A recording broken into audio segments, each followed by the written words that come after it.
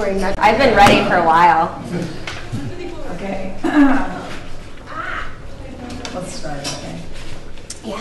Okay, this is Carol Glasser. Carol is with Progress for Science. She's now invented, I should just read this.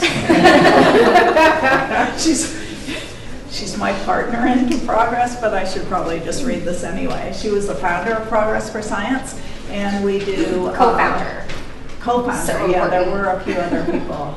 But anyway, now she has opened a new Progress for Science in Minnesota with our friend Kim, who you may have heard speak and will hear speak again. Anyway, let me get back to this. So Progress for Science works with trying to end experimentation on animals at UCLA. And what Carol is doing right now is she's an assistant professor in sociology at Mankato. Minnesota State University. Minnesota State University. And her research examines social movements, critical animal studies, and gender inequality. Her work, both in the academy and in the streets, is committed to helping create a more egalitarian world. She seeks to accomplish this through her teaching methods, using project-based learning to place her students within social justice organizations as part of course learning, volunteering her research skills to grassroots and nonprofit organizations. And even though Carol has tons and tons of work and she's completely swamped, she still is like always announcing the volunteer work that she's doing. She makes us all look bad. Okay. Anyway. And she, working in volunteering or volunteer organizations, engaging in activism towards freeing non-human animals from their position of oppression, and working as an ally to other movements advocating for social justice. Okay, Carol. Thank you, Corey. It's always cool when people who you think are cool introduce you and make you feel cool. And I'm nervous to give this talk in this room because I see a lot of effective organizers. So if I make any mistakes, just shout out. Are you guys comfortable if I say? Yeah. Okay. So what I'm going to attempt to do in this talk is have a little bit of a critique of some of the ways that we go about campaigns and talk about ways that we can improve that. And I'm going to try to bring in stuff that I know from not just activism, but also stuff that I know from kind of academic work and social movements, and also some of the stuff that I've learned teaching people how to program human service programs in an effective way. So I'm going to try to merge all this to help us kind of think of a visual route that we can follow to have more effective campaigns. Cool. So we've all heard it before. We have heard this claim that animal activists are overly emotional. And I'm going to talk about this because the title of this talk is a little bit misleading. I'm not that popular. Letting our heads lead our hearts, right? I want to be clear that I don't think our heads and our hearts are separate. So we've all heard this claim that activists are overly emotional. So this claim is actually an accusation when it's lobbed at us that attempts to belittle us. It may include labels like over-emotional, irrational, and one way that activists often try to get around being belittled by their emotions is highlighting how rational what they're doing is, the rationality of their position, arguing that they're in fact level-headed. And by saying they're level-headed, most people are trying to say, I'm unemotional. Activists even buy into this and speak to each other with these accusations in this language. Activists may pick up on the wider culture's devaluation of emotions and encourage one another not to appear too crazy, or, as people often say to women, don't be hysterical. In fact, the theories in the books that are considered to be the foundation of this current wave of the animal rights movement have bought into this as well. So Peter Singer, author of Animal Liberation, a book that's often attributed to being the launching board for the current animal rights movement, begins his book with an anecdote that tells about him refusing to eat a piece of pig that's been reformed into a slice of sandwich meat. He explains to his host, who is serving him a ham sandwich, that he's actually not attached to animals at all, but that he's making a moral decision about animals that's completely rational. Another founding father of the animal rights movement who you might have heard of is Tom Reagan. And in his book, The Case for Animal Rights, he clearly states that emotions are actually a poor foundation for moral decisions. The feminist care tradition has come in to sort of combat this. So feminist philosophers such as Josephine Donovan and Carol Adams challenge these critiques with theories of the feminist care tradition that claim more connections to emotions is a positive thing that allows for more empathy, and that emotions are ideal to be a dominating and guiding force. But this way of positioning emotions and rationality, this either-or type of reasoning, is actually a false dichotomy. So, as Marty Keel tells us, seemingly rational rules and ideas are in fact based on distinct feelings, and those with power in our society use rationality as a means of enforcing their own morality. Emotions and rationality are in fact not two opposite and mutually exclusive ways of being. There's no measuring cup that gets full at some point, and for every ounce of compassion that goes in, you take out an ounce of rationality, right? These two things can exist side by side, and they can be limitless. So the animal liberation activist is the perfect example of this. So we're emotional beings, and our emotions are completely rational reactions to what we know. Like so few others, we actually see what is going on in the world around us, and we feel too. So most humans are awful at doing this. Most humans are just awful at it. They turn away, they don't want to see or experience anything that's uncomfortable. This is what we often call cognitive dissonance. So we detach what we're seeing and feeling from what we're thinking. Stanley Cohen wrote a book called Denial, in which he examines how it is that things like mass suffering, atrocities, and systematic violence that occur among humans, things like genocide, he asked, how could this occur with little intervention? And he tells us that people experience something called implicit denial. So implicit denial is where you evade situations, you create mental justifications or rationalizations for what's happening. But rationalizing away the suffering of others is erasing the emotional connections that lead us to empathy, and this is actually not at all a rational thing to do. The ability to empathize with and to recognize the suffering of non-human animals is a relevant factor for activists, which leads us to become more informed and to enact change. Emotional experiences become the impetus that actually encourage our activism, and activism is a pragmatic and rational way to try to change the plight of non-human animals.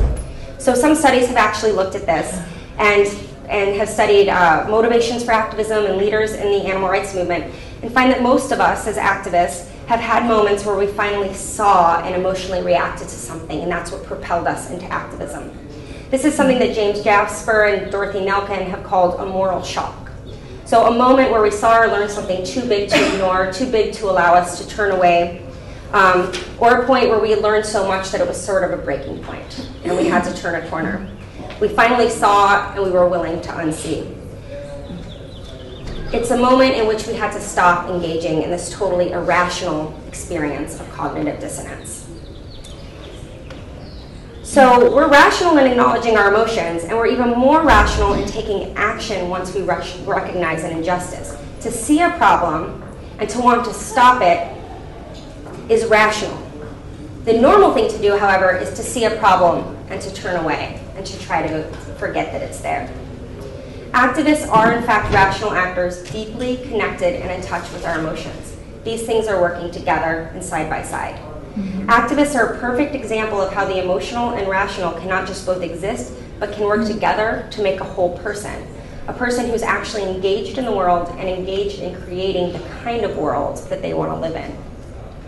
So while we have this perfect relationship between our emotional selves and our intellectual selves, and here I'm going to stop using the word rational, because it's too tied to traditions of masculinized philosophy, and I want to step away from that. So I'm going to start using words like intellectual, smart, and well thought out. We're just going to ditch the word rational altogether.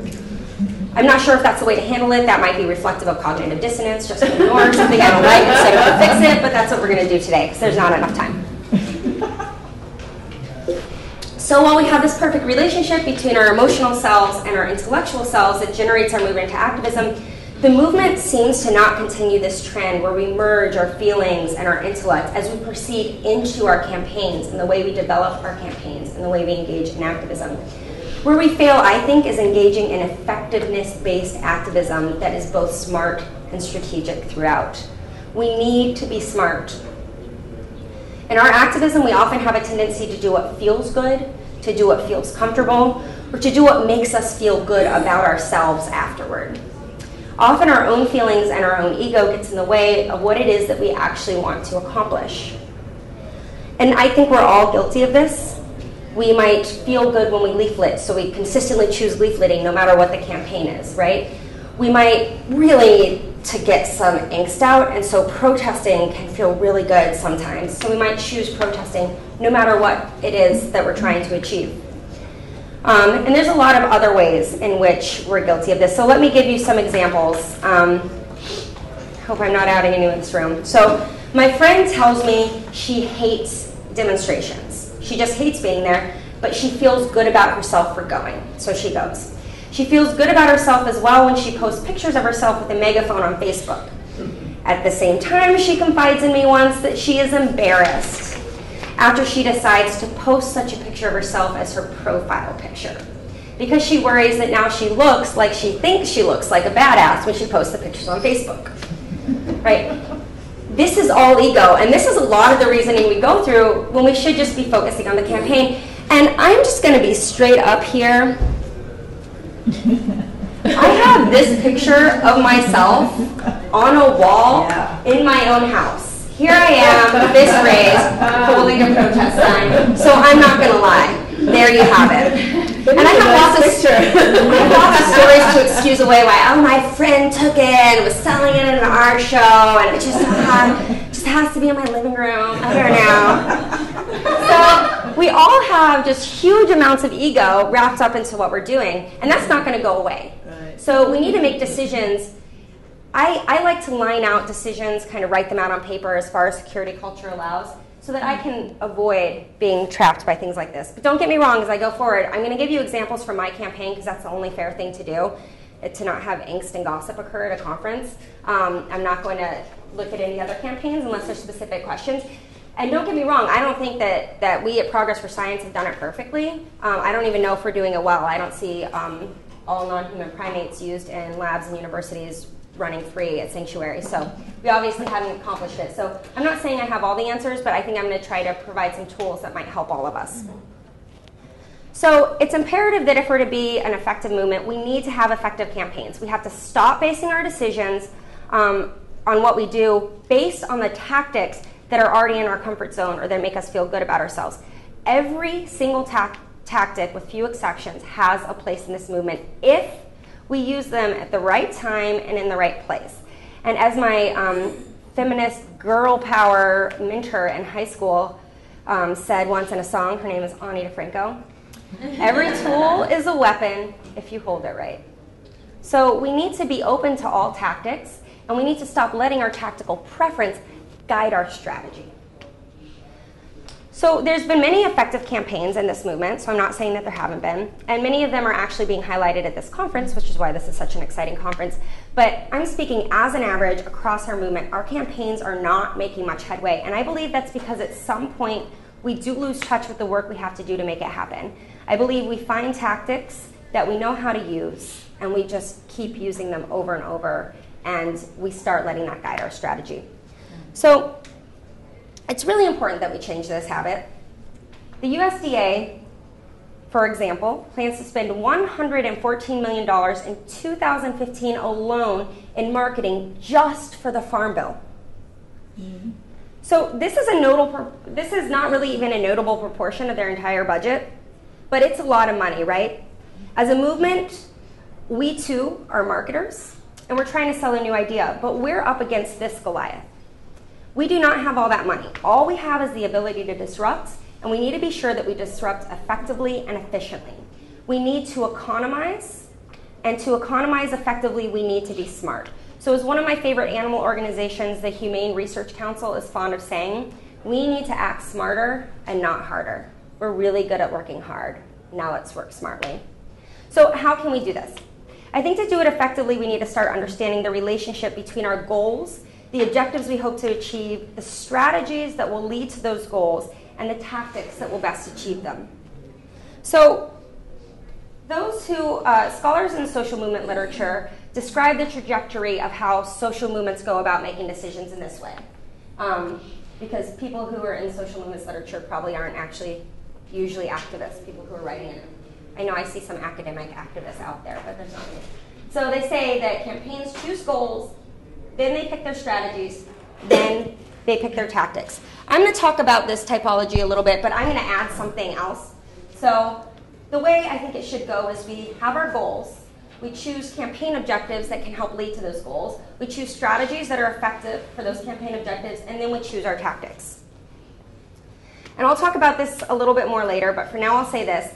The main point here is that we should identify our goals before we decide what an effective objective will be.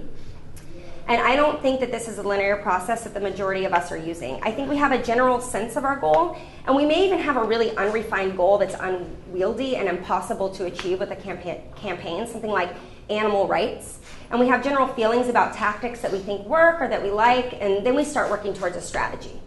So we kind of sandwich our strategy, and I don't think that that is productive.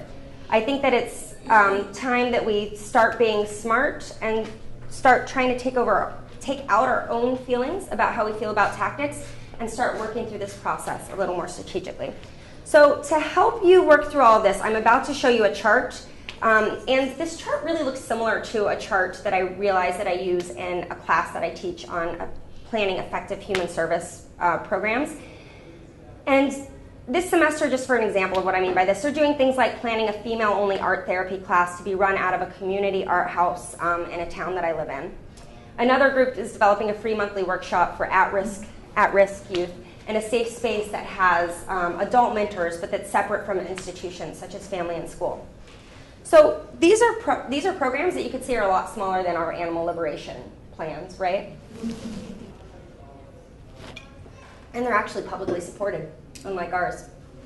And before I even let them start talking about what they're going to do, before I even let them start thinking about how to build a program, I make them research so much. They research the needs of the population that they hope to help with possible interventions, or as we would say in social movements, strategies. I have them find out how big the problem is, like how many people are suffering from the issue that they want to deal with. Then they research the most viable, appropriate interventions. They think of all the interventions and they do tons of research on how they worked in other programs. After they choose one or two possibilities, then they have to identify a long list of similar programs around the country that have succeeded and failed. Then they have to identify key actors and interview those people and ask them questions and find out why they think they succeeded or failed. Then they draw up a list of all the resources that they might have access to and all the other programs in the community that might be overlapping with what they're trying to do to see if there's places to build partnerships. And only once they've done all this do I even let them begin to start planning a program. So I sit there in class and I have my students do nothing but research for 11 weeks and I think, God, what if we did this in the animal rights movement, right? Holy crap. And they pay to do this. Like, wow, okay. So then this is just for small programs to serve 10 people or so, right? And after they do all that, then I let them start defining what would be a good objective for your program. What would be a good intervention to use? And so when I was talking about this, I really thought about that class and how much work goes into it. And this is sort of what the chart, the flow chart I have them go through looks like. So if you have trouble seeing it in the back, I know it's bright too. The top is goal, and it goes into, for goal, you go to a campaign objective. From your campaign objective, you might choose strategies. And after you've chosen your strategies, you'll pick your tactics. So those are at the bottom of the flow chart. So it's down here at tactics where I feel like we're spending most of our time and having our greatest inter-movement schisms. It's in choosing and avoiding tactics that our egos come out as well, and that our feelings start to often take over. So we focus on this and can often forget everything that comes before it, even that goal, saving animals, up at the top, right?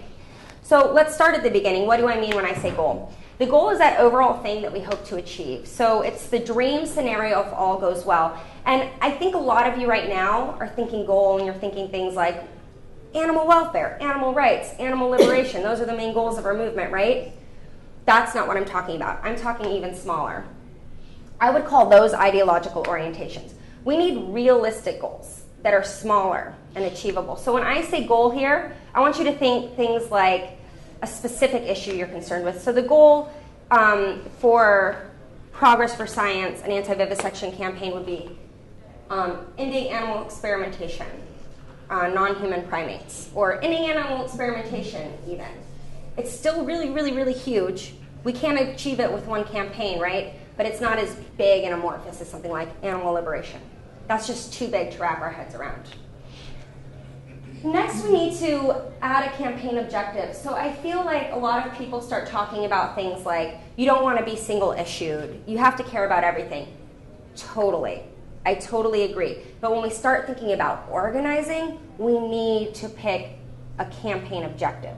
And that campaign objective can still be big, but it needs to be really narrowly focused. Because if it's too big, there's no way to develop an effective strategy that can tackle it effectively.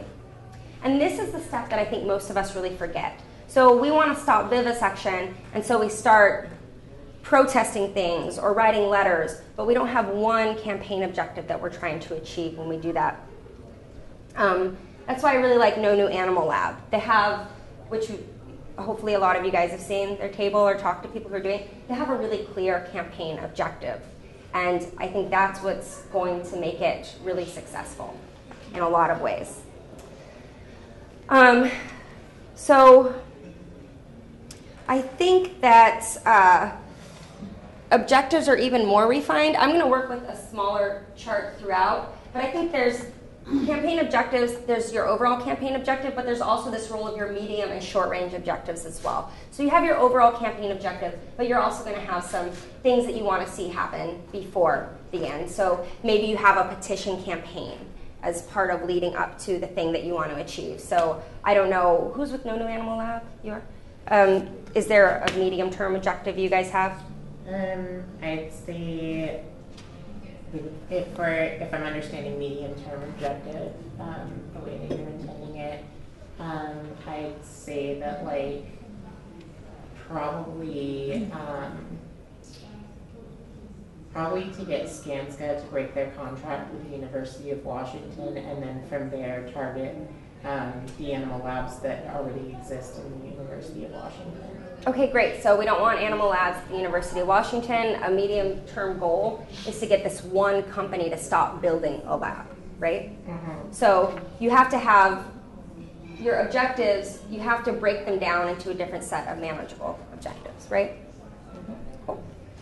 And I think, and this is not my language, this is program planning language, but we like to say that we should have SMART objectives. So these objectives have to be very specific so that when we're working on the campaign 1 and 2 years down the road, we remember what we're trying to do. So they need to be very specific, they need to be measurable, we need to know how many labs do we want to close, right?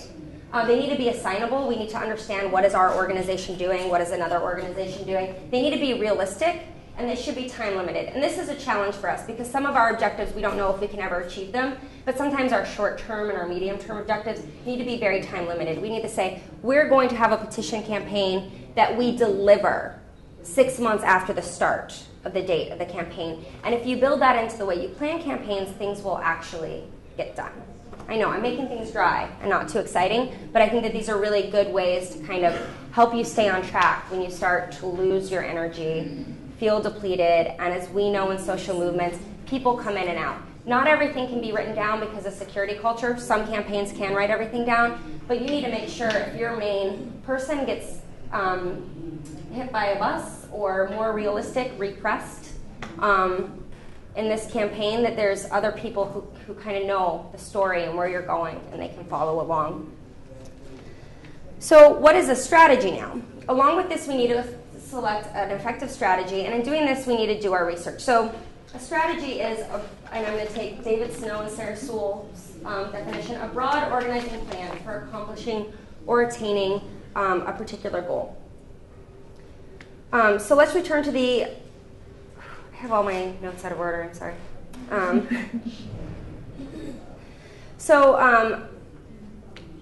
I would like us to think of strategy in an even more refined way. I think we have two kinds of strategies. We have sort of an orienting principle, and then we have the strategy of intervention, so the strategy, the actions that we're going to take. So the strategy that's the orienting principle are decisions you have to make based on your morals, your ethics, the kind of campaign you're comfortable leading that are going to place parameters on everything else you can do. So these are things like, do you plan to be a legal campaign, or are you okay with illegal tactics? Do you want your campaign to be completely transparent, everything can go up on Facebook, or do you want things to be more private, with having some of the organizers know things, but maybe not everyone else? Inclusive, exclusive. Do you want to have rules about whether you have using feminist organizing principles? Is this something where you take votes, or where key organizers make key decisions? Are you concerned with intersectional politics or not? So these are the strategic decisions that have to be made. This is the stuff that mission statements are made up of. And these are things I don't feel like I can really give you much guidance on. These are things that you're personally comfortable with, because you need to be comfortable with a campaign as an activist as you engage in it and move forward, right? I'm going to talk more about the strategy of intervention. After these parameters are placed with your orienting principle, you can think of the strategy of intervention. And campaigns will have several strategies operating at the same time. So you can think of your strategy as like a hypothesis. So if I do X, then Y will happen. If I do home demos outside of a researcher's house, then, and I don't know what you want to accomplish, then her grad students will be less likely to do animal research. She'll stop doing animal research. You should be able to figure out what your strategy is in sort of a hypothesis. If I do this, then I expect that to happen. The prevalent strategies of the animal rights movement are things like changing public opinion, changing laws, passing new legislation, disrupting the daily activities of animal exploitation. So these aren't all the strategies that we use, but these are a lot of them. So when you have a campaign, just if X, then Y, just slip in what you're doing and see if it just has any face validity, just to get started. And then there's a lot of questions you should be asking. This is when you need to research your butt off. Before you take any movement, you need to be finding out so much information if you want to be effective. And these are just some questions. Things like, who or what creates this problem? Is it an issue of supply or demand? So we saw Anthony Bellotti with white coat waste. I don't know if you saw his talk, but he says anti-vivisection movement isn't getting far. We have always made it kind of a demand side issue. So try not to buy the cruelty-free products, right? So that's how we've treated vivisection. He says, why don't we switch it up and make it a supply issue? Why don't we try to defund animal experimentation? Why don't we try to cut tax dollars to it, right? So that's a really important question to ask. So I'll tell you, when I started working with Progress for Science, I didn't even ask that question. So what's causing it? And this is a very important question, because we have campaigns all the time that don't ask that question. And we need to do research to figure it out. So if you want to do a vegan campaign and you think that making people go vegan is the answer, well, ask yourself, what is the goal that you're reaching? Are you trying to, is your goal to be to reduce animal slaughter? Well, then you should probably start thinking about who controls animal slaughter. Is it a consumption thing, or is it the producer thing, right? And we will all come up with different answers to that, so I'm not going to tell you what you should be thinking and getting that back. Okay. You should ask, how important is public opinion to this campaign? That's a key question to ask. Do you care what outsiders think about this? We have a tendency in this movement to try to convince everyone of our perspective. That might matter in some campaigns, but not in others. If you are trying to get a vivisector to stop vivisection, it doesn't matter how many people on the street agree with you, right? If you're trying to get people to stop eating animal products, you better be pretty open to working to make sure public opinion is on your side, right? And then really pragmatic questions. How many activists are there to work with? What can we actually achieve in the time that we have? Then target is one of the most important questions. What is a viable target? There's so many animal exploiters out there and so many areas of animal exploitation. When we decide what our campaign objective is, we need to be very clear about a target and do tons of research. So Lauren Ornelas gave a talk about strategy, and she was saying that they were going to try to get foie gras out of a restaurant, and they looked at things like, what other restaurants does this person own? How much foot traffic is going by? So these little micro questions are really important to ask at this point. What other types of strategies have been used in the past for this issue? So we don't have, the reason I love Josh Harper's talks, I don't know, did anyone see his talk yesterday? It's just so great. He knows so much history. we lose history because we're a movement without that much. We have a lot of documentation, but we don't have a lot of time, and people don't stay in this movement long enough to translate these histories, and we don't do as much research as we should do, right? And not like I'm not blaming anyone. I mean, we're all working on the little free time we have, right? Few of us are getting paid for this. And that has a whole host of problems when you do, but we're not going to go there. So this is a really important question. So even just asking your area, like what's happened in the last 20 years, because you're going to probably not think of anything original. So it makes sense to figure out who's done things and how it succeeded and failed and what are the parameters around their campaign so that you can see if you can tweak something. So one of the things, again, my program planning class, one of the mantras we have in class is you never reinvent the wheel. You alone are not smarter than all the people who have tried to solve this social justice problem for years and years and years. So figure out what they did, do the things they did well, don't do the things that didn't go well. Where things didn't go well, find out why and see if that's going to be a factor in your campaign. And then ask what other campaigns are in the social movement field, both in and outside of animal rights. So ask if you want to support them. Is there a way to fill a gap that they're leaving? So you don't want to overlap with them unless that strengthens the objective and the goal that you want to meet. If it strengthens it, go for it.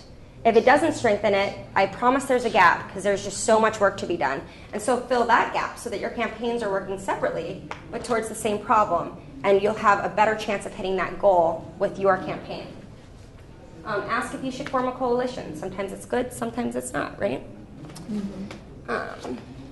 Okay.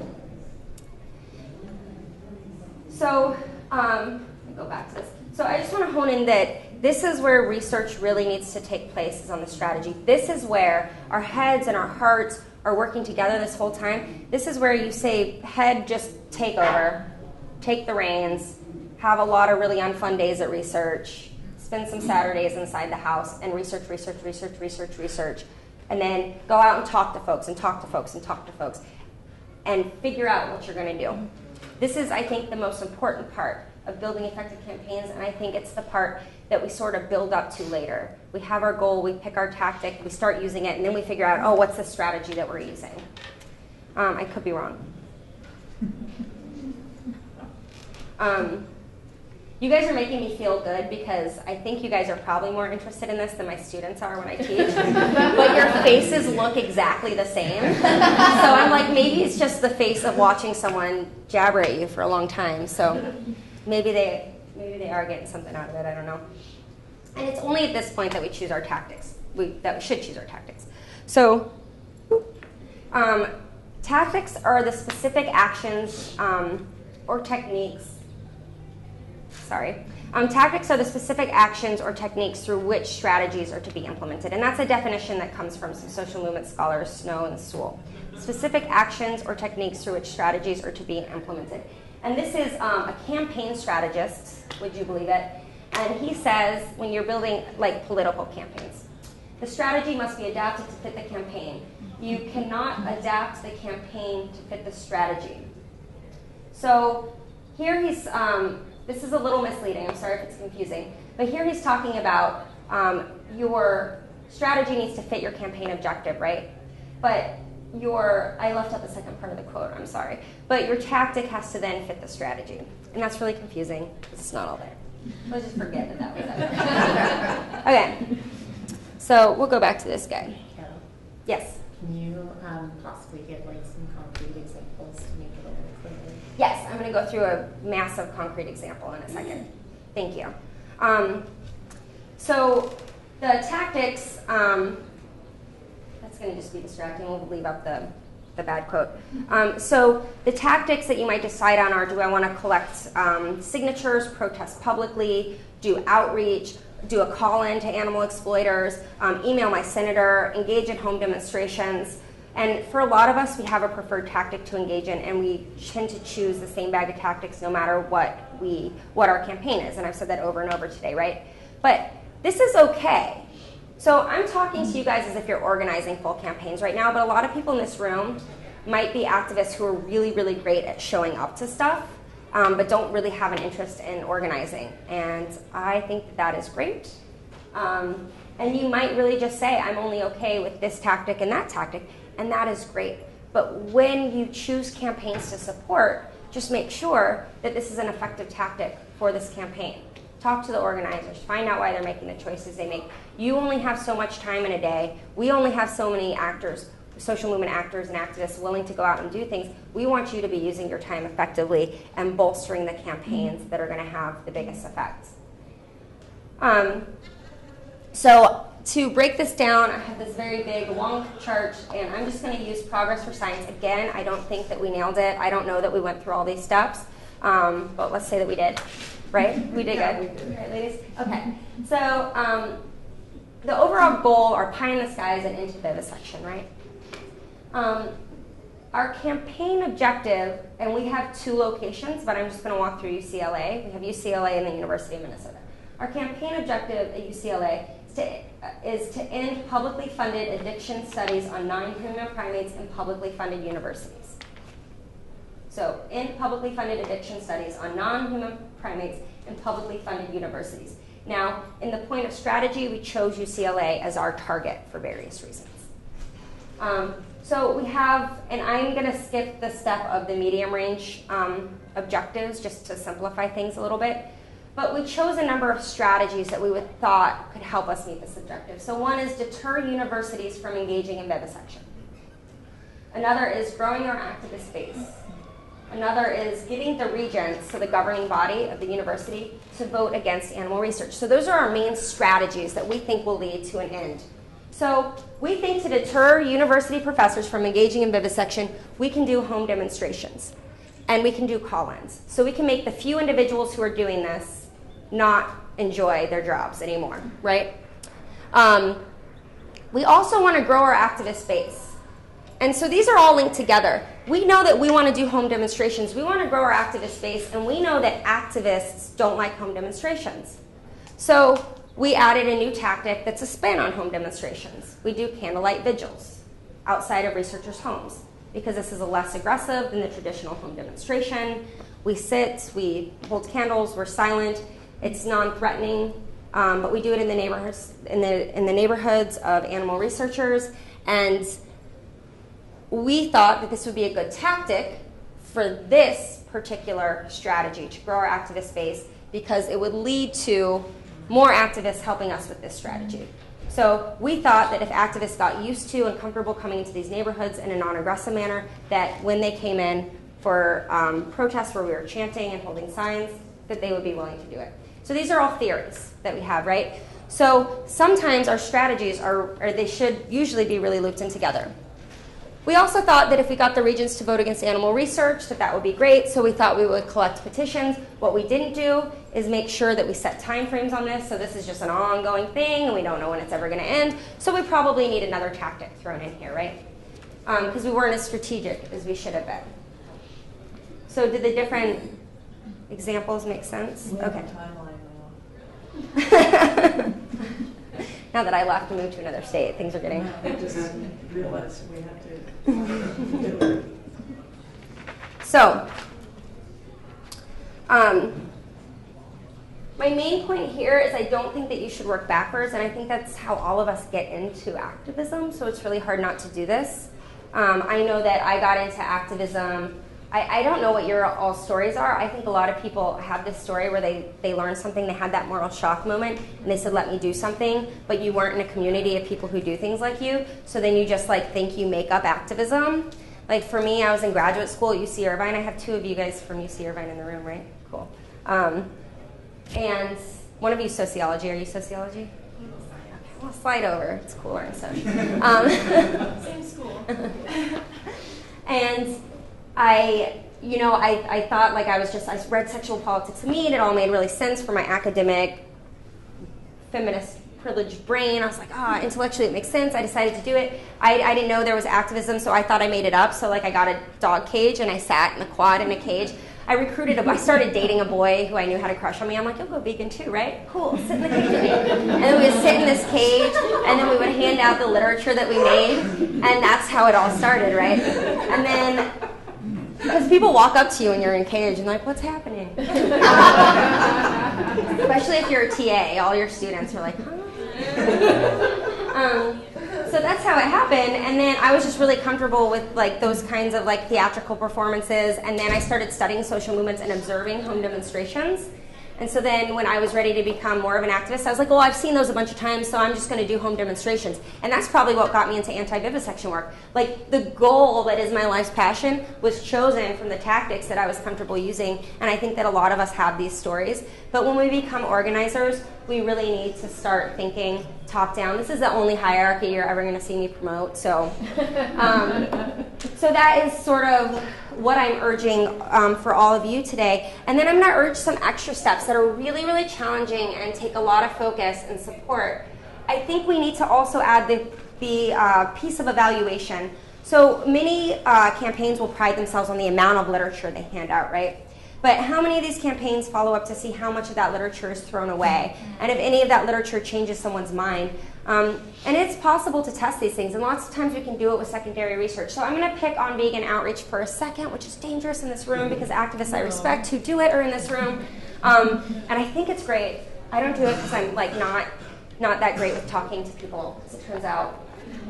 Unless like I have the floor, no one can say anything back to me. So if your goal is to reduce or end the use of animals as food, and you choose veganism as the goal you have because you think it'll meet that, and you have a campaign that's going and doing vegan outreach, you should probably do some research on the rates of veganism and the rates of animal slaughter, right? So as rates of veganism go up, do rates of animal slaughter go down? In fact, we found statistically that meat demand is actually going up. So that would be some research I would encourage you to do, right? Now, that doesn't necessarily mean you should do vegan outreach, because many arguments could be made that we just need more time to grow the base bigger because the population is simply growing, right? But that should be a key piece of research that you've done when you decide to do vegan outreach. You should say, is it effective, right? You should do that research first and then make your decision, because you can still decide it's effective if you do that research. Or you might just think it's a moral imperative, I don't know.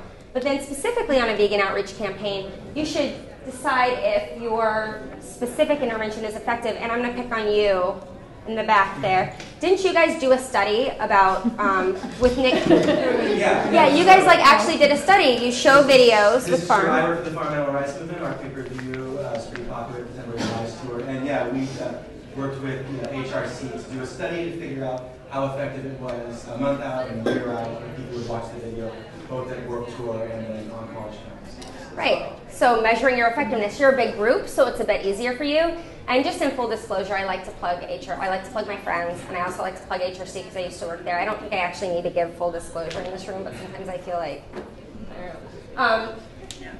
So evaluation is key, right? I just picked on vegan outreach. I said, maybe it's not effective. But then here we have a vegan outreach group that's saying, let's see if it actually is effective. And I love that piece of it. I'm working with Food Empowerment Project right now. They have a new program surrounding veganism.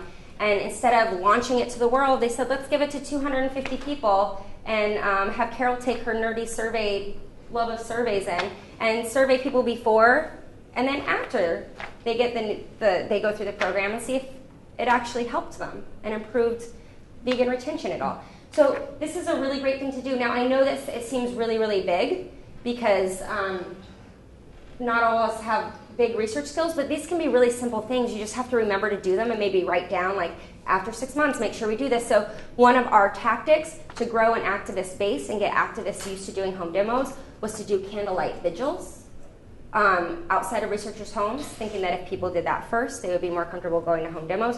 So we simply counted the number of activists that came to home demos before, and then how many activists who didn't go to them went to candlelight vigils. Then after a few, how many of those started coming to home demos? It's a very simple way to evaluate things, but you have to actually have that conversation, right? It's just counting. Did we grow our activist base? And sometimes this is challenging because we have really, really big goals. But with our short-term and our medium-term objectives, just remember to think of a way that you can evaluate things. And think of it before you start, because sometimes you need to implement your evaluation before. Like if you're a big organization and can do a survey, like surveying before you start the program and then again after, right? And this can help you know if you should keep working towards that goal you're working towards, or keep using the strategy that you're using, or if you need to tweak the strategy just a little bit. And the last piece that I think is the most important is we have to be willing to change our minds. I'm not going to say you have to be willing to engage in a tactic that you don't like if it's not effective, because maybe that's just too far out of your campaign, your comfort zone. Maybe you just need to find a campaign where that tactic is effective. But you do need to be willing to change your mind. You need to admit when you're wrong. And I hesitate to give examples, but I'm just going to do it because everyone keeps talking about it. So with the DXE disruptions in grocery stores, right? I did one of their first ones with them. They came to LA. They said, hey, Carol, will you go ahead and do it? And I really, really hated it. And I thought it was an awful, awful experience. I didn't enjoy doing it. I didn't like that we didn't leave literature. I said, this is an awful, awful idea. I never want to do this again. But now I see all these people who know what it is. I see things covered in the news media. And then I thought, well, what is their goal? Their goal is to, I think their goal, I could be total, I'm walking into someone's on film, it's going to be awful. I'm going to be paying for this, I can tell. But their goal is to get people aware of what speciesism is, to make people aware that people don't like animals being used and exploited and treated as commodities. And with that goal or that campaign objective, I've seen things on the news. And then I've heard people talking about it. I live in rural Minnesota, and I kind of feel like an odd man out. I've met, I think 2 students at my university have heard of it. And so I had to be willing to change my mind. Now, maybe I'm never going to be the person who walks into the store and holds up the sign, unless my best friend is running a DXE campaign and begs me to do it one day. But generally, I'm not going to be the person that's going to do that, but I was willing to change my mind. I was willing to say maybe I shouldn't be a naysayer about this because they seem to be meeting the campaign objective that they had. And I am a very stubborn person, so if I can change my mind and admit that I'm wrong, all of you can too. But I think that this is one of the biggest things because it can help you change the course of your campaigns when they need to be changed and take the ego out of it. Because a lot of times we feel like if we change things, we've been defeated. But maybe sometimes we're just being more effective. And a lot of times people tell us that something we're doing is not effective. But if we've taken all the appropriate steps, it will tell us when not to change our mind and when to stick with what we should be doing. And those are all the thoughts I have for you today. I don't know if anyone has questions. Yeah, why didn't they have flyers at the end? Because I would have thought a good strategy would be have the... Yeah, I walked into something I shouldn't have. I'm not an organizer on that campaign. I actually don't. Oh, you're an organizer. Yeah, I was going to say we do have flyers. Yeah. For DXE, yeah, maybe flyers after? Yeah, maybe in the beginning they did. They didn't in the beginning. They do that now. For like an hour after the disruption. Yeah, so as people leave, then they will see, well, what are they talking about? And maybe that's something they learned, because I just recently this year started doing this. Okay. I created a situation I should. Does anyone have a question that's not about DXE? Because I'm going to be so much trouble when this hits the... What? That was fine. You're talking about them, that's good. Yeah. See, look, they've been so effective. Did you find the vigils actually helped? Yes, greatly. And what we had unintended consequences from using that tactic. We also made the police extremely comfortable with us. Right. And they stopped harassing us about home demonstrations. And for some reason, it set those vivisectors off. And one time we did like a prayer service. And which is interesting because I think most of us are atheists, but we do. But another thing that it was actually really good for activist healing too, because we did a number of vigils where people did spoken word and wrote songs, and they became these really healing collective experiences that also made people comfortable with home demos. So it was very nourishing, I believe, as activists, and it made the cops very comfortable with us. So it's like this is people holding like flameless candles, singing songs. Like this can't be bad. And then one time we had sort of a prayer service where we just honored like a minute of silence for every non-human primate that was in a UCLA lab. And the vivisectors had mobilized some sort of counter demonstration, and it set them off, and they went crazy. And I'm sorry, that's a bad word, but they were not acting appropriately, and they got very aggressive and There's a video of this on YouTube, so if you go to Progress for Science's YouTube channel. It's called Screaming Vivisectors. Well, we changed the name, but the one that has most hits is that one. And that one, a couple of cops so far have told me that they've seen it, and the way they talk to me is completely different now. They talk to us, the police, as though we're the ones that are, know our stuff and are in the right. I mean, you can't trust this to last. But so far for this past year, that's the kind of attitude that they've been giving us, and they weren't like that at all. So yeah, I had a lot of unintended consequences. We don't still do them as much because we have a more solid activist base. So we do them sometimes, but now that we have a more solid activist base, it's not as necessary. But it actually did help. But that was just an idea. It was like a hypothesis we had, and we tried it, and it was useful. And for the scientists, what were they, because you said, do you find the home demos to be more effective, or the vigils with upsetting?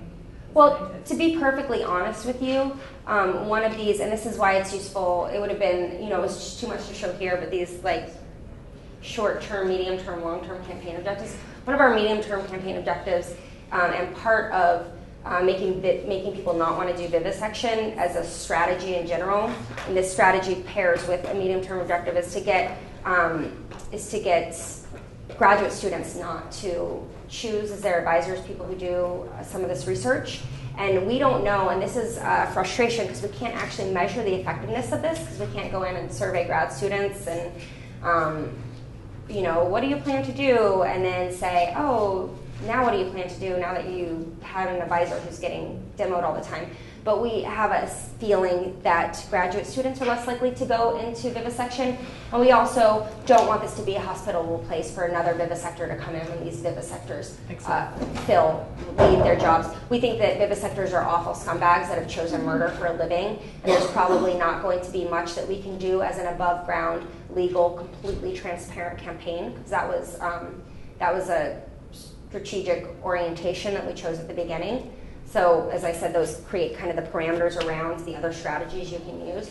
There's not much we're going to do with that kind of a campaign that's going to get these very few scumbags who have more education than 99% of the U.S. population, and the thing they choose to do with all that privilege is kill some animals. I mean, they're just like awful beasts. I can't get behind their psychology, but I can sure make it so that other people don't want to come work at UCLA, and that their students think twice before they choose murder for a paycheck.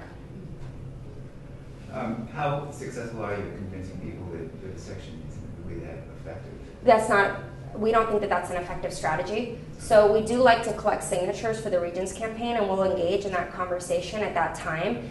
But we don't think that that's an effective strategy. We'll talk to people about it. We have some talking points about it on our flyers. Do you believe that that's the case, or maybe I'm Yeah, I believe that bottom line, me personally, I believe that vivisection is morally abhorrent, and that's all you need to know, but I also don't think that it's effective. And I don't think that it's useful, and I think that in the degree to which it is effective, there are other comparable and more effective methods available. But I wouldn't care if that was the case or not, but that's what I believe. But I don't think that public opinion is an effective strategy for stopping publicly funded university-based research. And that's kind of the point of this talk, is that we have the things that we're used to going after, but we can't do it all. And so sometimes we need to think, what is an effective strategy? Convincing people to agree with me doesn't really matter, because it doesn't matter how many... Public opinion on medical vivisection does not reflect at all the amount of funding and resources that go into medical vivisection. So we're, as public opinion and support for it goes down, funding, and Anthony Bellotti had really cool charts in his thing yesterday that showed this too, but money and support for it goes up. As within the medical community, support for medical vivisection goes down, funding and the number of animals used continues going up, because there's a capital enterprise around it. So we had to stop and think, what's an effective target? We decided for our campaign we would look at publicly funded universities because we can't reach that whole goal. But there's a lot of, whenever you're deciding, you need to think of where, remember one of the questions for strategy is what is causing the problem. So the problem isn't being caused because a lot of people support it. The problem is being caused because a lot of people make money off of it. And so we need to make things somehow destabilize that. That's why I love campaigns like, I think the SHAT campaign was really good because they understood the money piece and they went after the money piece with tertiary targeting. I think No New Animal Lab understands that too. That's disappointing. So public opinion doesn't really have much of an effect. No, lobbyists have an impact. Like the day all our senators have to wear like, someone used this image once, I love it, like be like a race car driver with your race car jacket and like all your passions or everyone who pays for you. Like until that happens, you know. And then we'll probably wrap it up. Yeah, good.